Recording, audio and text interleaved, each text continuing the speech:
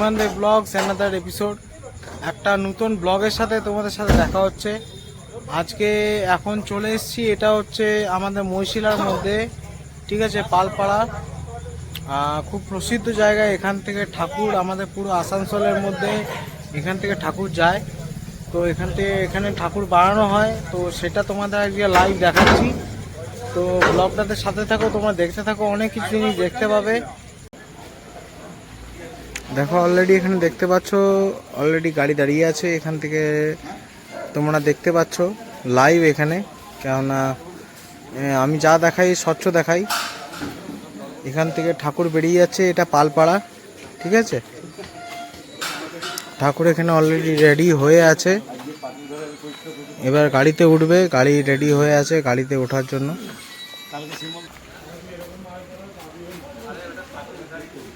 দেখো প্রায় রেডি, প্রায় এখানে ঠাকুর, ঠিক আছে। কিছু ফিনিশিং টাচ বাকি আছে, ফিনিশিং টাচগুলো এখানে কমপ্লিট করলে ঠাকুর প্রায় রেডি।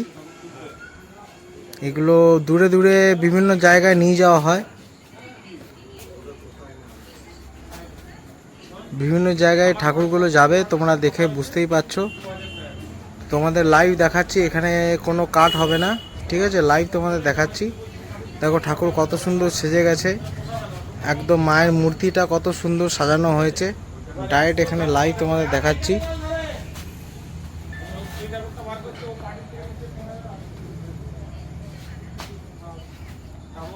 তোমরা দেখে বুঝতেই পারছো। দেখো লাইভ তোমাদের দেখাচ্ছি এখানে পালপাড়া থেকে, আসানসোলের মধ্যে পালপাড়া থেকে তোমাদের লাইভ দেখাচ্ছি এখানে। এই ঠাকুরই বিভিন্ন মণ্ডপে যাবে, বিভিন্ন জায়গায় নিয়ে যাওয়া হবে।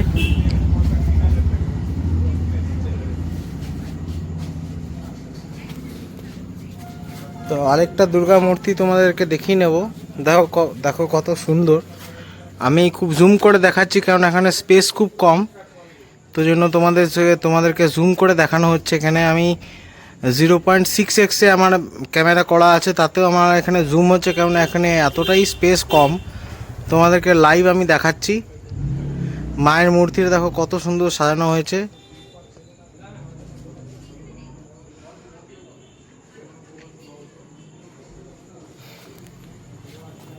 প্রত্যেকটা মায়ের মূর্তি, কিছু বলার নেই, সত্যি কথা বলতে কিছু বলার নেই। এত সুন্দর, এত সুন্দর যে কিচ্ছু বলার নেই।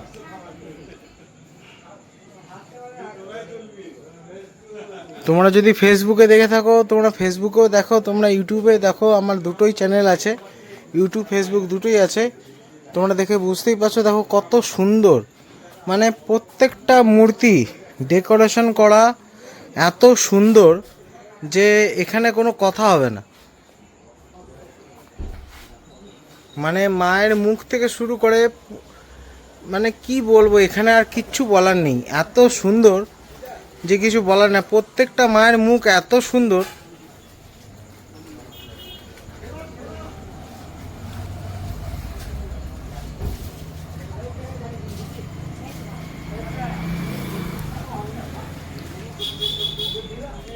তোমরা নিজেরা দেখে নাও ব্লগটাতে, পুরো তোমরা বুঝতেই পারবে কত সুন্দর মায়ের মূর্তিগুলো এখানে পালপাড়ায়, আসানসোলের মধ্যে পালপাড়ায় বানানো হয়, ঠিক আছে। তোমরা যদি কেউ অর্ডার করতে চাও আসানসোলের মধ্যে পালপাড়াতে এখানে চলে আসবে। পালপাড়া হচ্ছে মানে দুর্গা ঠাকুর বা যে কোনো ঠাকুর মূর্তির জন্য এখানে ফেমাস।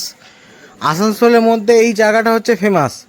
এবার তোমাদের উপর টোটালটাই, তোমরা কে কীরকম চাও সেরকমভাবে অর্ডার করবে, তোমাদের হয়ে যাবে, কোনো অসুবিধা নেই। সেই হিসাবে অর্ডার নেওয়া হয় এখানে, কেননা কাস্টমার যেরকম চায় বা যারা যেরকম চায় সেই হিসাবে এখানে অর্ডার নেওয়া হয়।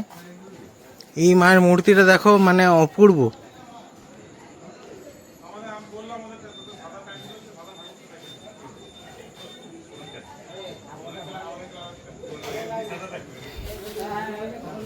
তো এখানে কিছু বলার নেই আর।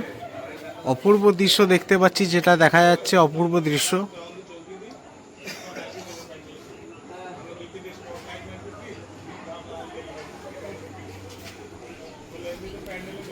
তোমাদেরকে সব জুম করে দেখালাম এখানে, ঠিক আছে।